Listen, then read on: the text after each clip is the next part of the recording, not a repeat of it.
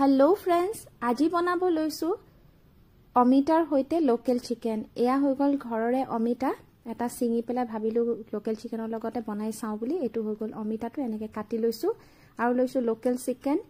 আলু লৈছো পিয়াজ লৈছো তিনটা মিহিকৈ কাটা আদা নহৰু কেঁচা জলকীয়া গোটা জিৰা গোটা ধনিয়া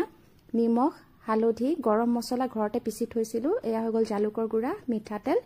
এতিয়া প্ৰথমতে জিৰা ধনিয়াখিনি আদা নহৰুৰ লগত একেলগে মিক্সিত মাৰি দিছো লগতে কেঁচা জলকীয়া দি দিছো জলকীয়াটো আপোনাৰ নিজৰ আন্দাজত দিব এনেকে অলপমান গোটা গোটাকে ৰাখিব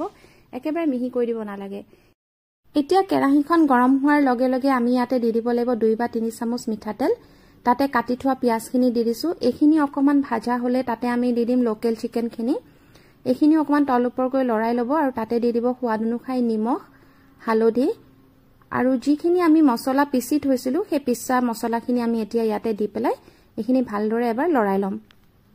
মই কেৰাহীত বনাই দেখাইছো যদি আপোনালোক খুব বেছি ব্যস্ত থাকে তেতিয়া হলে প্ৰেসাৰ কুকাৰটো বনাব পাৰে তিনটা হুইসেল মাৰি দিলে হ'ব এতিয়া ইয়াতে দিছো আলু আৰু অমিতাখিনি এখিনি ভালদৰে লৰাই পেলাই আমি অলপ সময় ঢাকি থম এনেদৰে মাজে মাজে আপোনালোকে ঢাকন উঠাই পেলাই এখিনি লৰাব লাগিব আকৌ ঢাকি দিব আকৌ লৰাব যেতিয়া দেখা পাব যে অকমান ভাজ খাইছে তেতিয়া ইয়াতে আমি দিব লাগিব গৰম পানী আৰু এখিনি উতলহাৰ লগে লগে আমি ইয়াত দিব লাগিব জালুকৰ গুড়া আৰু গৰম মছলা এখিনি মই আধা